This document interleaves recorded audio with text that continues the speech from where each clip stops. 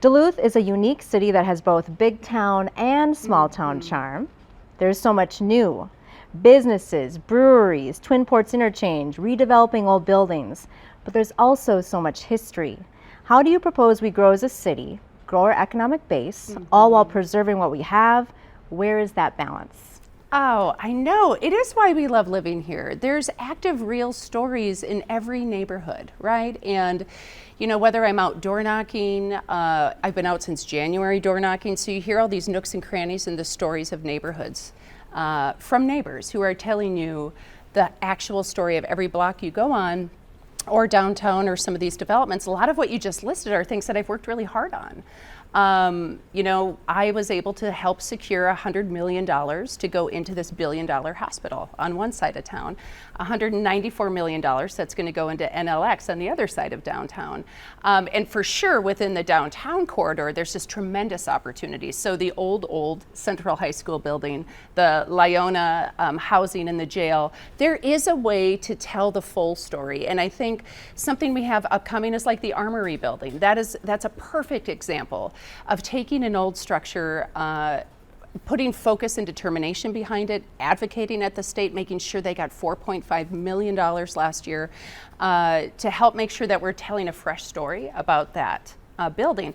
But it is also about bringing to life those older stories and recognizing that history also gets to evolve. So this Downtown Housing Task Force really honors the built environment of downtown, but wants to repurpose it. And we're already starting to do that. So the Ordine building will be our first site, our office building, to turn into housing. There is a very thoughtful way to grow our economy and to be both fully dedicated to expanding our tax base and really transparent and honest about the full story that it can tell. Duluth is an incredible place to do business, and I do not fall prey and entrap to this old, stale narrative that it's not. We are in our fourth straight record year of private development investment in the city of Duluth, the fourth straight record year. We are seeing tremendous amounts of interest across the board in this community. Tourism tax is up 19% over 2019.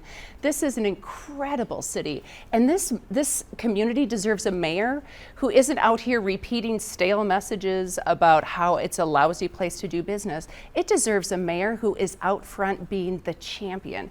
Part of how we do that is lift up the stories of these developments that we've just talked about, and to include the stories of people who are actually doing the hard work and making it happen, including our incredible staff at the City of Duluth. So I think first we need to be really clear as community leaders that we have to grow. I mean, that sometimes is a conversation we have in Duluth. We have to grow. Why do we have to grow? Especially in the commercial sector, because in Minnesota, commercial property taxes pay most of the bill. So when we're not growing our commercial tax base, or when we are, but we're using tax increment financing or tax abatement, which isn't adding to the local property tax coffers, our residential homeowners and frankly our existing businesses pay more. You know, and again, we've seen that. A proposed 9% levy last year, a proposed 2% this year, even with record state subsidy in the form of LGA. Growing our commercial tax base, growing our economic sector makes all of our things more affordable and makes the property tax burden for residential homeowners more affordable.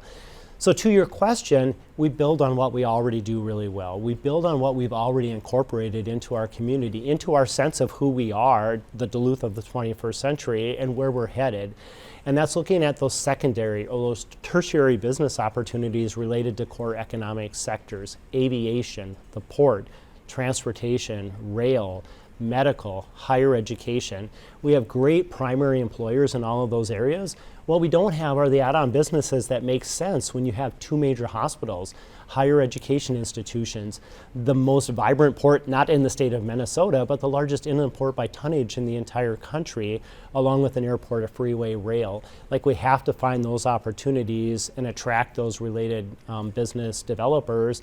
And then thirdly, we have to address that reputation we have as a difficult place to do business. When we have that reputation, we don't get all of the potential investors that we might have. In fact, some of them go to neighboring communities, or others just go to other regional centers. In the last decade, the other regional centers in Minnesota grew by an average of 10%, and we grew by 400 people 0.05%. And that's not growth, that's stagnation. So we have to grow. We have to work with our community to understand why we need to grow. And then we look for that growth that's related to what we already do well. There's no benefit of trying to land the next big thing or trying to tell our community we want to be something different than we already are.